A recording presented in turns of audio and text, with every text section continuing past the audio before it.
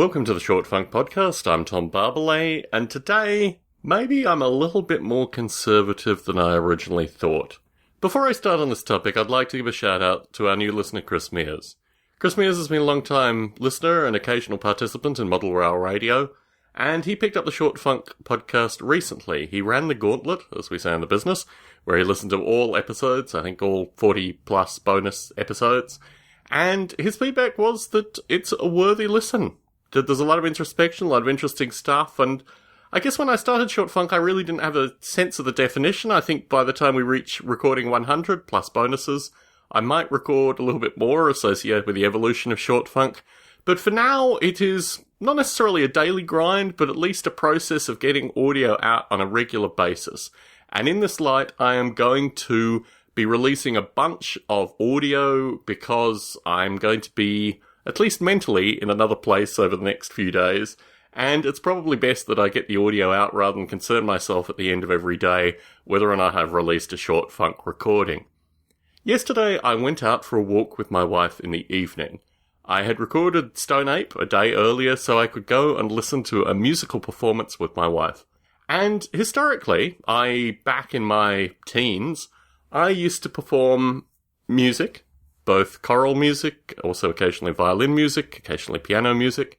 Although performance wasn't one of my main interests, just by playing an instrument, you're occasionally thrown into a circumstance where you have to perform in front of people. It's been a long time since I've heard music performed live. Large numbers of musicians, symphonic music, let's call it what it was. And we went last night with the view that we really didn't have much of a sense of what was going on. One of my wife's quilting friends invited us to the performance. It was a free performance at San Jose State University. And when we arrived, we were informed that there was going to be a blend of musicians. Both professional musicians, musicians that were adults, had other professions, but also performed symphonic music, and potentially high schoolers, potentially middle schoolers, so kids from age, 14 through to probably 18 were blended in amongst the professional musicians. And it was quite a performance. The only caveat I can add to this, and I did clap a lot, it was wonderful, it was just amazing to sit in an audience and close your eyes and absorb symphonic music and just get a sense of how soft things can be. I think certainly recording CDs and also listening to CDs, you forget that the ability for single instruments in a large orchestra to start playing softly in order to give very, very low tonal levels. You just forget about that when you listen to CDs. You think of, music in terms of maybe 5 or 6 instruments at most, where they're always well recorded, they're always at a level where you can hear the various aspects, and the notion of, really soft sound is completely lost in CDs. The second last piece that they performed was Ravel's Bolero, and it's a favourite of mine. I mean, it's hard not to like Bolero. It's got all the right elements. Somewhat shockingly, when the soloist pieces started, I realised that they had given the soloist pieces to the youngest musicians in the orchestra. And it was quite interesting. It was quite interesting because I guess I have a sense of Bolero where when I hear Bolero, I want to hear Bolero. And instead what I got was not even necessarily a jazz rendition, just a sense that the instruments that were performing the solos hadn't really practiced beforehand. And in particular, the wind instruments, the soloist artists just lost breath early on.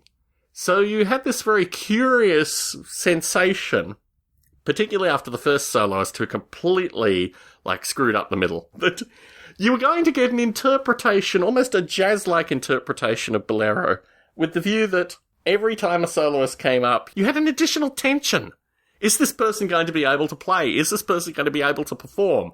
And unfortunately, more often than not, we got some crazy, not even interpretive, just oh no, I've completely screwed up a couple of bars, where are we going from here?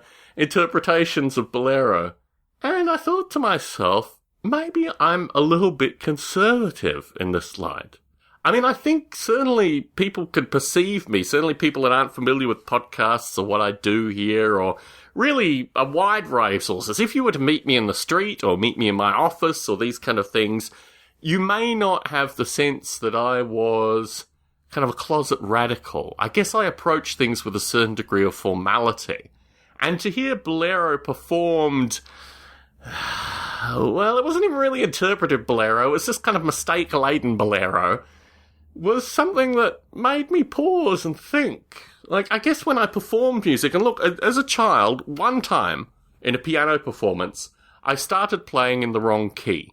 And I remember after about a minute of this, because my key knowledge meant that I could transcribe it, but I then realized I think I was working with a violinist or a flautist, or it could have been the other way around. I could have been performing violin. Anyway, I was probably about 12 at the time, and we had to stop and restart, and I was completely mortified at that. And typically when I did performances, I would practice for, more than 10 hours at least leading up to it. I remember some recitals I practiced for like 4 days solidly. I'd come home from school and then I'd play until probably 9:30, 10 at night. So yeah, 4 or 5 hours a day for at least 3-4 days leading into a performance. When I practiced for general musical performance, oftentimes I'd put in, an hour standard, 2 hours around certain things. And sometimes I'd just get lost in the music as well. And, finish up after doing maybe 3 hours worth of practice. So I knew the commitment as a youthful musician to actually getting things done right. And to hear Bolero misplayed, I don't know. I still clapped pretty hard at the end. I mean, the crescendo at the end of Bolero, with so many experienced musicians taking so much of the weight, it was good. And it was an amazing experience to go out. We walked there, so it was like a mile-plus walk to get there, listen to the performance, and then walk home with my wife. It made me think, and that's one of the great things about musical performances. Tom Barbalet in San Jose, signing out.